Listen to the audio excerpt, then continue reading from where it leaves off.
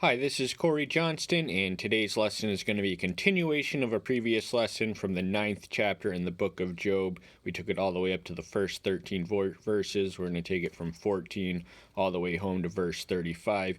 The 9th chapter of Job can be divided into two questions, but before we start commenting on that, the focal point itself, we need to establish the narrative context, and to do that, it is all but impossible to avoid at least making mention of the first two chapters. We covered them in greater details in other lessons. We're going to try and keep this one as concise as possible, but Job was a man of unimpeachable integrity. He was perfect and blameless in all his ways, and he was rewarded for his righteousness with numerous children and vast possessions and wealth and influence and respect.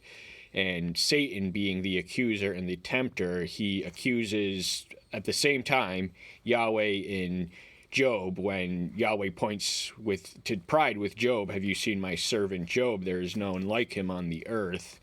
And Satan accuses Job of having impure motives for worshiping him, and he accuses Yahweh with being a God unworthy of worship because he has blessed him with material bounty. So in other words, he's only blessing you because you have blessed him. You are not worthy of worship.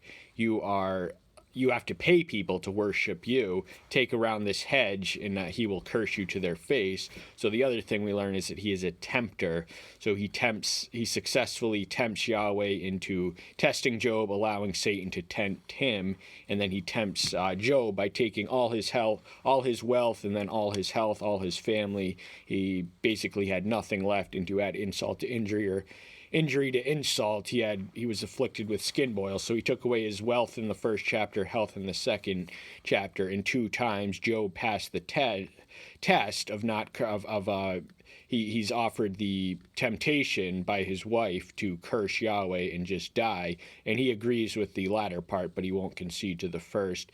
The human dialogue, which sets in motion the remainder of the book of Job, is beginning by Job. It's a monologue. So the dialogue in heaven was a back and forth conversation. The dialogue on earth is more an exchange of monologues where these men give eloquent sermons and speeches about theological knowledge. But Job, in his the third chapter, his first speech, it can be simplified and summarized to a death wish. He curses the day he was been born. He wishes it never happened. So not only does he not wish he was dead now, he wishes he had never been born. All that he had owned and all that he had experienced in life, a life of righteousness and reward for righteousness, was not worth it as he sees it.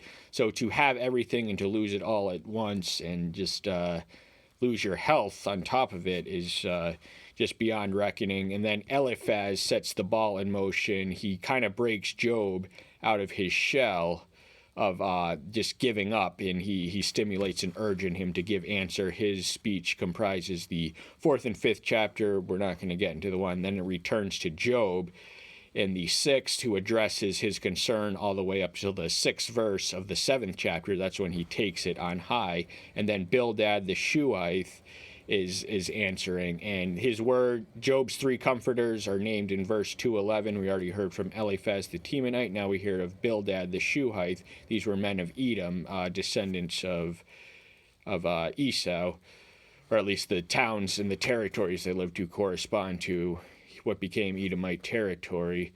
And they all say different things, but they all conform to the same rigid prism of an archaic, black and white, simplistic theology.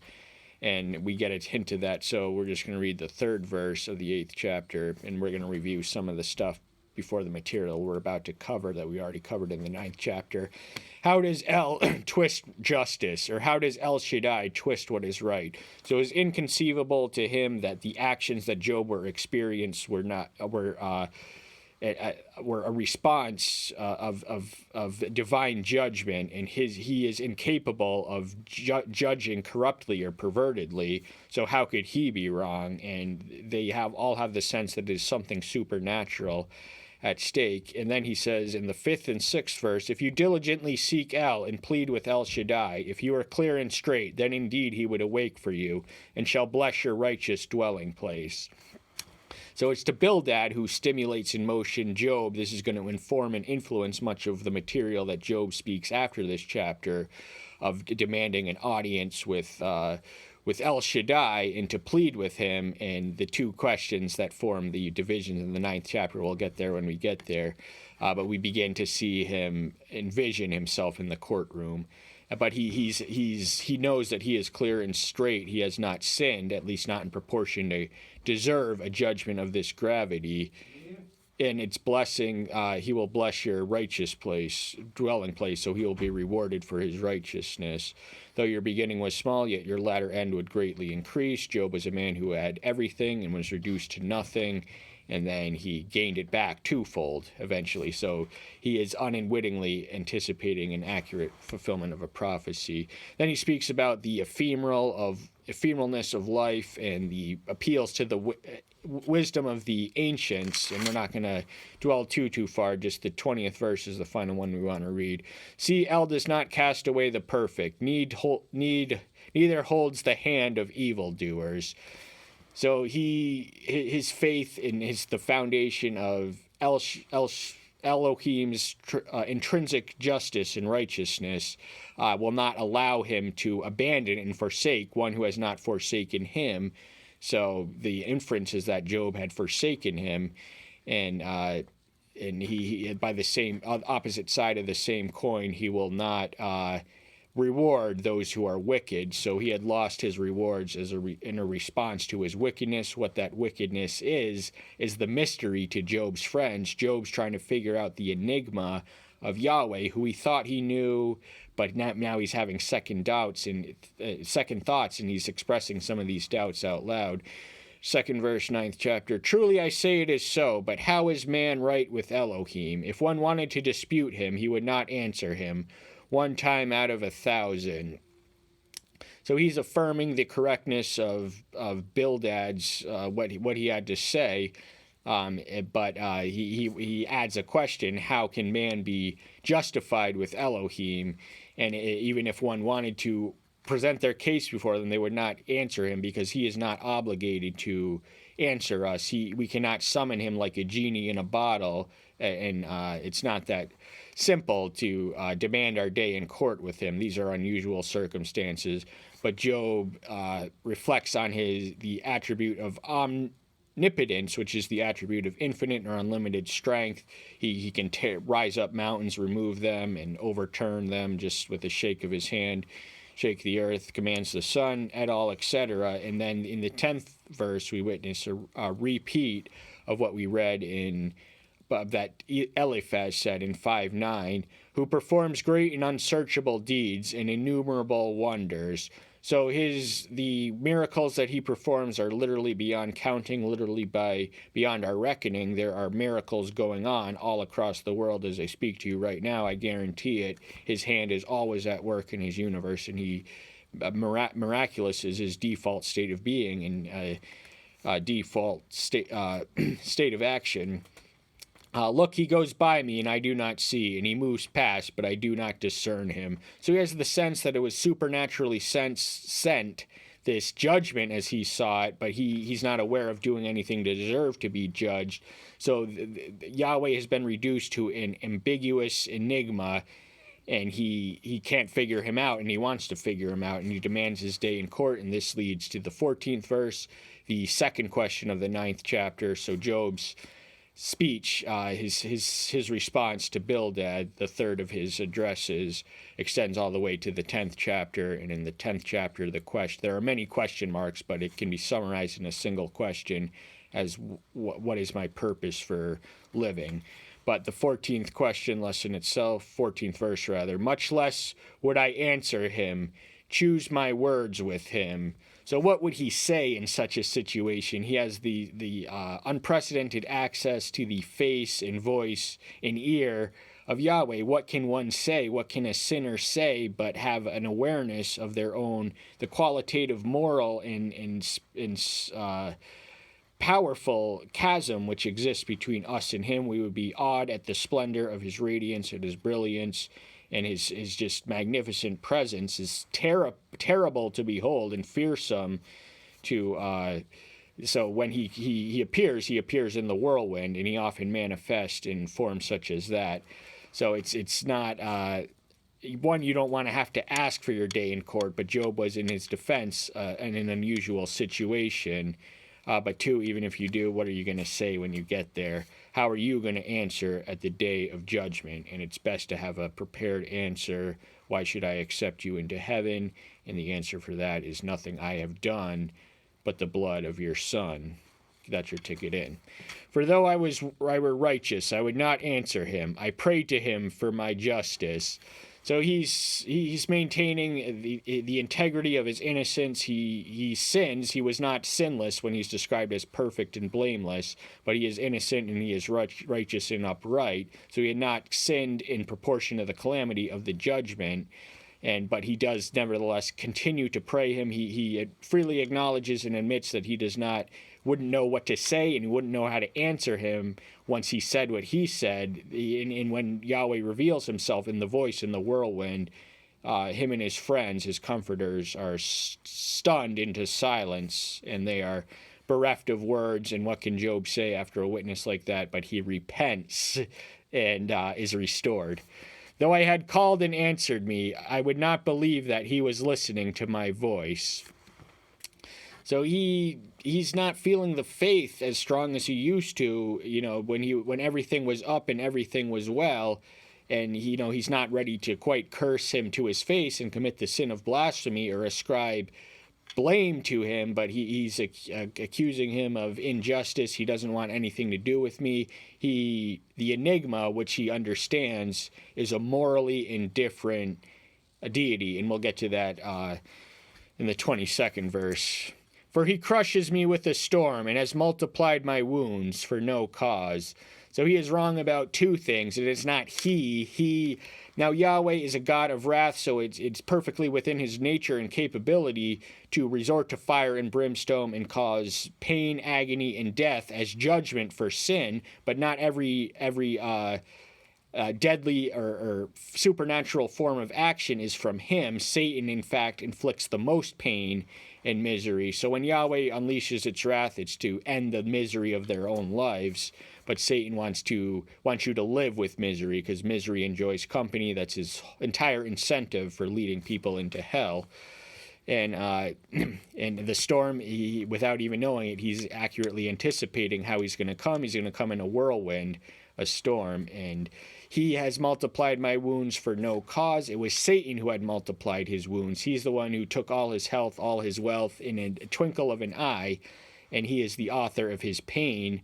But it was for a cause. It was to give the world and history a testimony that though Satan can corrupt every man on earth, there is at least one standing who will not succumb to his snares. And Job decisively triumphed over the devil. But he struggled to figure out Yahweh in the process. He does not allow me to recover my breath, but fills me with bitterness. So it's the blame game once more. He's struggling to breathe. He's not in tip-top shape health. He has festering skin boils all around him. And he describes his sleep process as a relief from pain.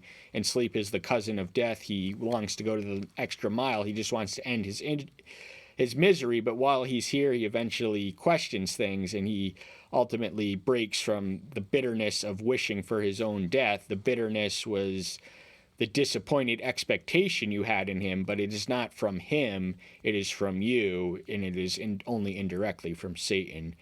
If I speak of power, look, he is mighty, and of justice, who appoints me a time?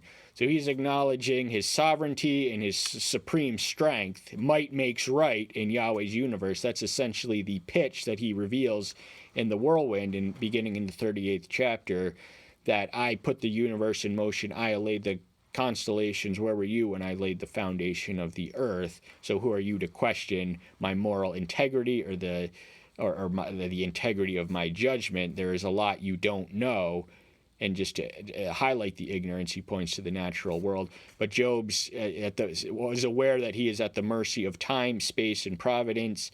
Who appoints me a time? So who would even get him access to the place that he desires, which is the throne room of judgment of Yahweh, a place most people ordinarily avoid because we don't want to be judged as we are until it's time to get there. But Job wants his day in court, and he wants it now. If I am righteous, my mouth would declare me wicked. Am I perfect? It would declare me perverse. So he's describing being tongue-tied in situation. He's accurately imagining the awesome sensation of being awestruck and humbled in the present. So even if we were considered righteous on earth by any human or objectively human standard, we are unrighteous before him. And, through our words, we would expose our own evil and wickedness. And what did Isaiah say when he received his theophanic manifestation? Woe unto me, for I am a man of unclean lips. And I am perfect, so that word perfect doesn't mean sinless. It means blameless, upright, all, etc. And his own words would once more do him in, and they would declare him perverse, which is synonymous with wicked. Am I perfect, or do I know my own soul? I despise my life. So first thing he does with that question is the rhetorical nature of it is implicitly self-answered. Am I perfect? There's a question mark. I should have said that first, but just to clarify now, and the obvious self-evidently obvious question to that answer is that no, I am not perfect. We all have sin. We all struggle. We are all imperfect. We are all mortal. We are all frail. We are not perfect, and we cannot pretend to be, especially in the one who is perfect in every sense of the word.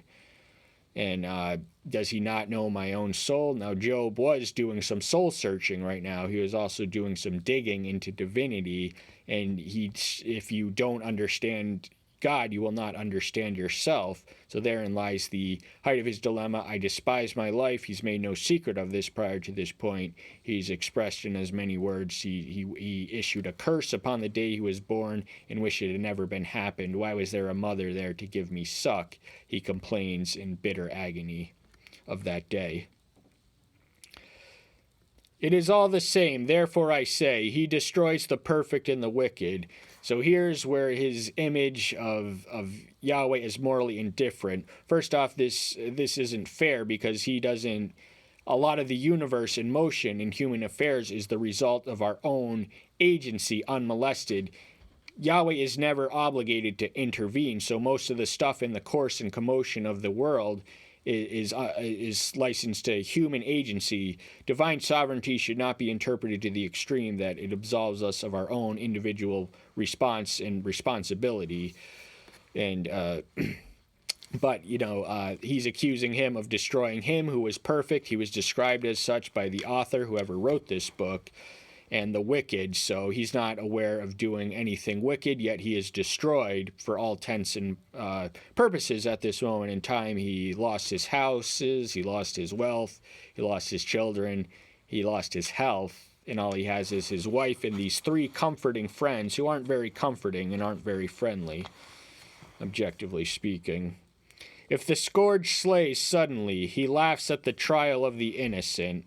So now he's going a step further than accusing him of being morally indifferent, but he's actually accusing him of being partial and taking sadistic delight in inflicting misery and judgment on the innocent that they do not deserve. And this was understandable given his present situation. We literally have nothing like it to compare it to, so it's easy to point the finger and say he's doubting, he doesn't know.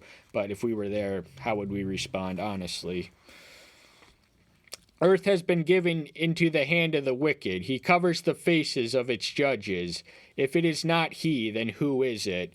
So our Statue of Liberty or Our Lady Justice statues are blindfold, the idea being impartial or colorblind justice. It's to not judge by the flesh, but by the evidence, and to really not let mere superficial scannings determine one judgment. But here he's speaking of judges who are blinded, and he asks, if it is not he, then who is it? Now we're not sure if that if he has Satan in the back of his mind, but he is the one who has blinded the minds of the unbelievers of the world. He blinds the eyes of the judges, and those who are much of the world and political system are under his control, his power, and his influence. Much of the education, academic, school system, and finance and geopolitical dynamics are under his control.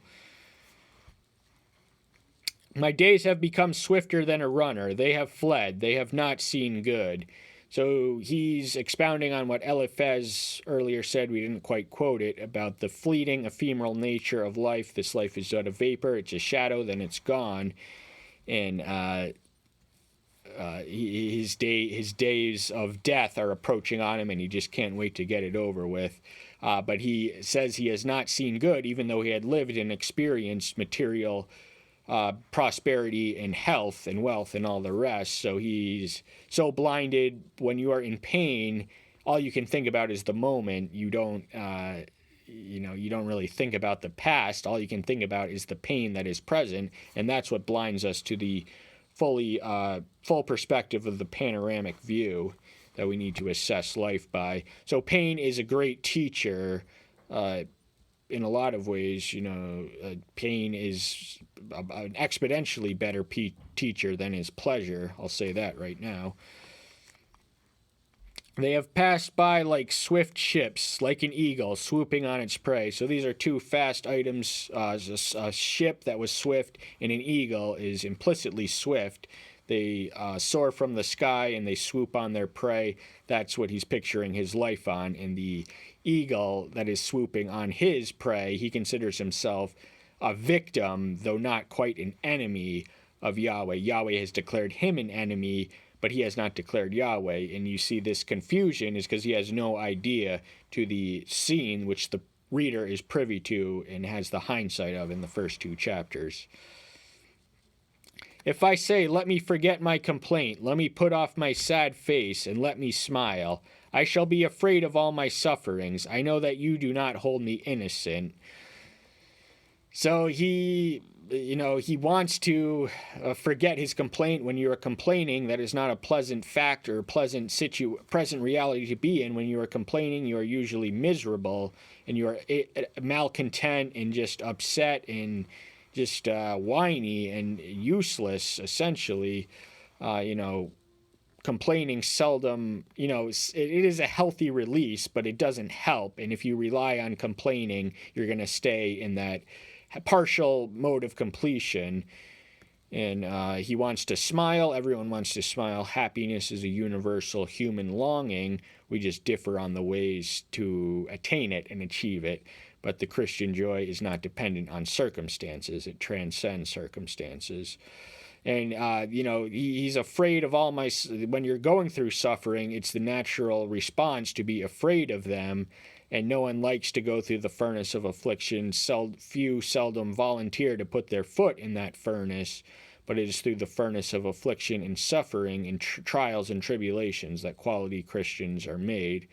But even then, for all his sufferings, he knew that this was an indictment on him, that he was not as innocent as he imagined himself to be in the eyes of the Almighty, with whom might was right. So he had the power in his hand to crush, because he is implicitly morally indifferent, he has the power in his hand to crush the wicked and the innocent, and it's all the same to him. At least that's what Job's arguing, because he's only looking at the prism of himself. And he was special. This was an unusual circumstance of divine intervention, an extreme one, which causes a lot of criticism about the Judeo-Christian ethic. If I am wicked, why should I labor in vain? So what's this life worth? If the wicked, the wealth of the wicked is fleeting, it has wings, it takes off like an eagle or a bird. That Solomon says that in the other book of wisdom genre, Proverbs.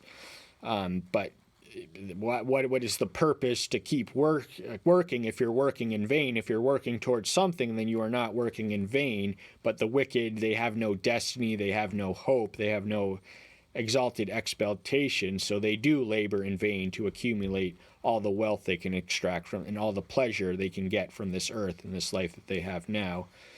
If I wash myself with snow water and cleanse my hands with soap, excuse me, then you would plunge me into a ditch, and my garment shall abhor me.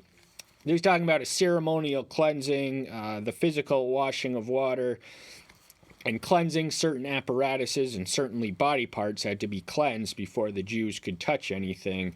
And soap was not a common commodity in the ancient world. The first off, they're not Jews, but the covenant people were highly hygienic people, so they were Jews in belief, but not by blood. But, he's saying, even if I washed myself with soap, then you would plunge me into a ditch. So all the repentance, all the contrition, all the confession I can muster is inadequate in your sight and in your judgment, because you're just going to plunge me into a ditch, and my clothes are going to shrink away from me because they're going to hate me. For not a man I should answer him, and we come together into justice. So he's aware that he is a man, and the one whom he seeks to approach and petition is not. And as such, he, can answer him, but he's reluctant to do it. And so this is, at this point, Job, in all likelihood, is could be thinking of letting his imagination run fancy, but he does get what he wished for, as he does get an audience, but he is tongue-tied and perplexed at what he has said to his friend. He cannot repeat it after hearing Yahweh's declaration and revelation of himself. There is no mediator between us to lay his hand upon us both. So the bridge between humanity and divinity is fully, finally, and thoroughly bridged by the one who is both divine and human, that being Yahshua Messiah. He is our mediator and our only one. But Job did not have the advanced revelation. He was in a previous dispensation, perhaps the dispensation of promise, because this book is believed to be, it's written earlier even than the writings of Moses. So that takes it to the patriarchal era was when this was written. But he has faith that there might be a mediator. This goes into the more concrete prelude to the resurrection in the 19th chapter. So there is the trick to reading the Old Testament as Christians is to look for, not find. I refrain from encouraging that, because I think that ultimately invites an excessively speculative exegesis, but to at least look for him, and when you find him, hold on to him. Let him take away the rod from me, and let his dread frighten me. So he's praying on this mediator to step in and intervene from the rod of his wrath, the rod of his iron. An iron rod is how he's described as the angel who comes on the white horse riding, sword-wielding one who's going to eliminate evil eternally. But, Job is asking him to take away the Father's retribution away from me and let him step and let his dread frighten me. So he still wants to be afraid of what could happen, but he is thankful to this merciful mediator. I would speak and not fear him, for I am not so within myself. Now, what does this mean to us as New Covenant Christians? We pray in the name of the Son and Savior, and that's how we speak to him without fear. Prayer involves so many people. It's the Father to whom it's addressed, the Son who takes it and carries it through, and then there's the Spirit who knows we don't know how to pray and knows we don't know what to say, and it is telling us what to do. So effective prayer apart from the Spirit to Yahweh is not going to land in his ear or make a dent in him. And there is definite barriers, chief of which is sin.